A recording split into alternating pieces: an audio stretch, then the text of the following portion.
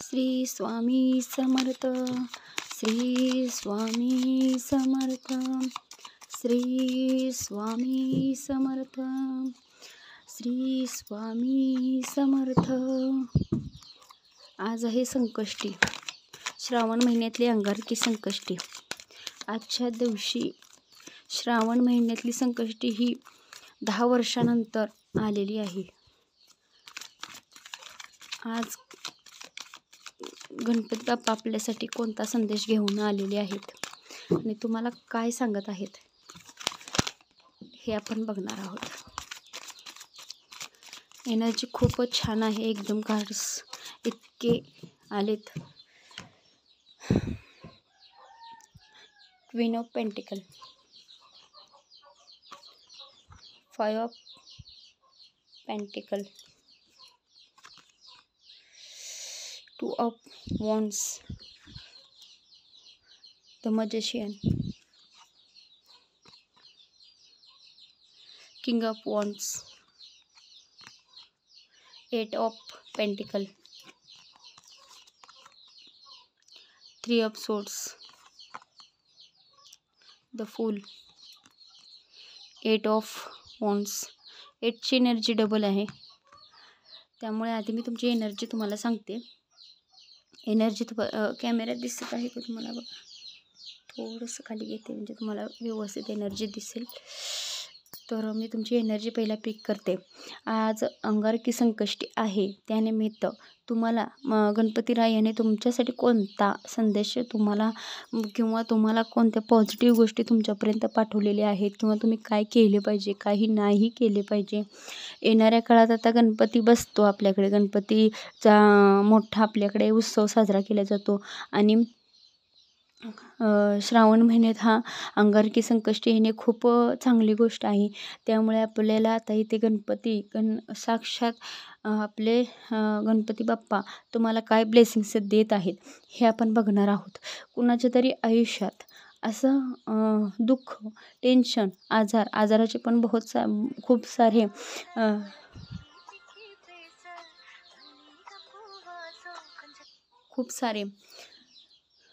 खूप सारे असे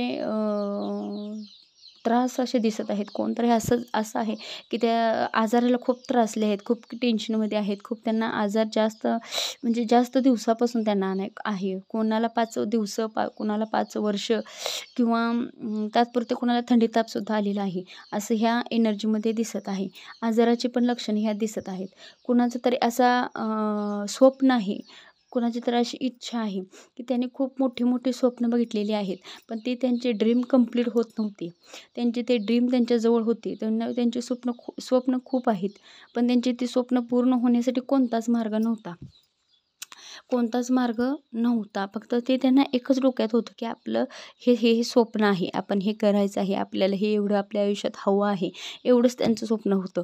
पण त्यांनी खूप मेहनत घेतली, पैशासाठी पण काही गोष्टी लागत असतील किंवा त्यांना कोणत्या गोष्टीचे कष्ट पैशासाठी लागत असतील, ते सुद्धा त्यांनी मॅनिफेस्ट केलेलं आहे आणि स्वतः कष्ट घेतलेलं आहे। आणि ते आता त्यांना कुणाकुणाला असं सुद्धा आहे की त्यांनी आपल्या कंट्रीमध्ये किंवा गावामध्ये किंवा बाहेर देशात सुद्धा, म्हणजे गावामध्ये सुद्धा त्यांनी असं स्वतःचं काहीतरी बिझनेस स्टार्ट केलेला आहे। तो सुद्धा त्यांचा व्यवस्थित आहे, ग्रोथ होत आहे, त्यांचं सगळं व्यवस्थित चाललेलं आहे।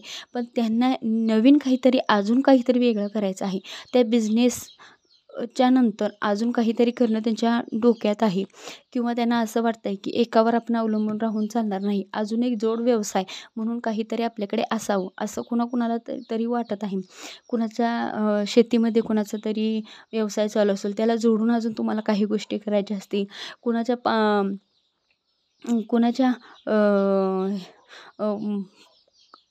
ह्याच्या बिझनेसमध्ये दिसत आहे, जास्त बिझनेसची एनर्जी जास्त दिसत आहे। शहरामध्ये ज्या बिझनेसच्या कंपन्या जे चालतात त्यामध्ये जास्त इंटरेस्ट दिसतो आहे। लांब जाऊन काहीतरी करण्याचं, नवीन काहीतरी सेटअप करण्याचं हे त्यांचं स्वप्न आहे। ते गेली 2 वर्ष झाली ह्या स्वप्नाची ते वाट बघत आहेत, पण त्यांचे हे स्वप्न काही पूर्ण होत नाही आहे।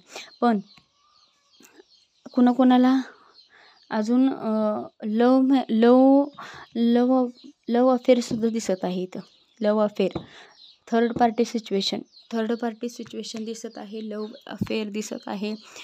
अफेअर, एक्स्ट्रा मॅरेज अफेअर जे म्हणतो ते सुद्धा इथं दिसत आहे. कुणाचे एक्स्ट्रा मॅरिड अफेअरसुद्धा आहेत, हे सुद्धा इथं दिसत आहे. आणि त्या व्यक्तीला खूप त्रास होत आहे, ती खूप वेदनेत आहे, त्याला ह्यातून बाहेर पडायचं आहे.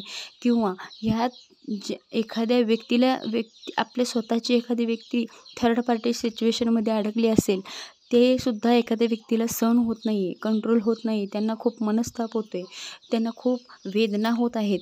हे जवळजवळ 3 वर्ष झाले त्यांना हा त्रास होत आहे. आता ह्या 3 महिन्यात जास्त हाय लेवलला त्यांचा त्रास गेलेला आहे. यातून त्यांना बाहेर कसं पडावं हे त्यांना समजत नाही आहे. एकदा त्यांच्या हृदयावर घात केलेला आहे. थर्ड पार्टी सिच्युएशनने त्यांच्या हृदयावर घात केलेला आहे. ते ह्या सिच्युएशनमधून बाहेर पडता येत नाही आहे. पण त्यांना येणारे अंगारकी संकष्टी नंतरचा प्रवास त्यांचा असा राहणार आहे. हा प्रवास त्यांचा क्विकली म्हणजे लगेच बदल होण्याचे दिसत आहेत. लगेच त्यांची मेमरी किंवा पॉझिटिव्हिटी त्यांच्यापर्यंत पोहोचत आहे. जे त्यांना हवं आहे ते सगळे रिझल्ट त्यांना मिळण्यासारखे दिसत आहेत.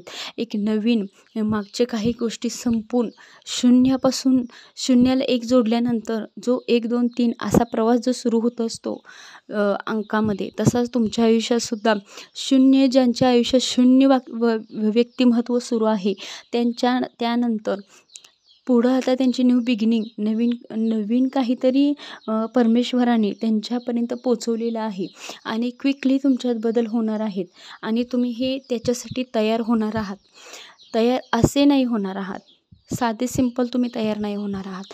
स्वतः सगळं तुम्ही घेऊन बरोबर, म्हणजे तुम्हाला दुखापत होणार नाही, दुसऱ्या कोणत्या व्यक्तीचा तुम्हाला त्रास होणार नाही, किंवा कोणत्या गोष्टीची तुम्हाला अडचण आली तर ते सगळं तुम्ही अनुभवून, सगळं तुमच्यासोबत घेऊन, त्या गोष्टीसाठी तयार होऊन तुम्ही इथून पुढे न्यू बिगिनिंग, नवीन जे तुमचं काम पेंडिंग आहे, नवीन काही जर थकले असेल, कोणाचे दवाखान्याचे किंवा हॉस्पिटलचे प्रॉब्लेम्स, किंवा शरीराला कोणता त्रास होत असतील, कुणाचे स्वप्न पेंडिंग असतील, कुणाचा कोणताही प्रॉब्लेम तुमचा होत असेल, तर थर्ड पार्टी सिच्युएशन तीसुद्धा असेल, तर तुम्ही हे जे भोगलेलं आहे तो सगळा त्रास, अनुभव सगळं तुमच्यासोबत घेऊन, तुम्हाला त्यातून पुढे कोणता त्रास होणार नाही, ह्या सगळ्या गोष्टी तुम्ही बरोबर ठेवून पुढे तुम्ही ह्या भूमिकेत तयार झालेले आहात.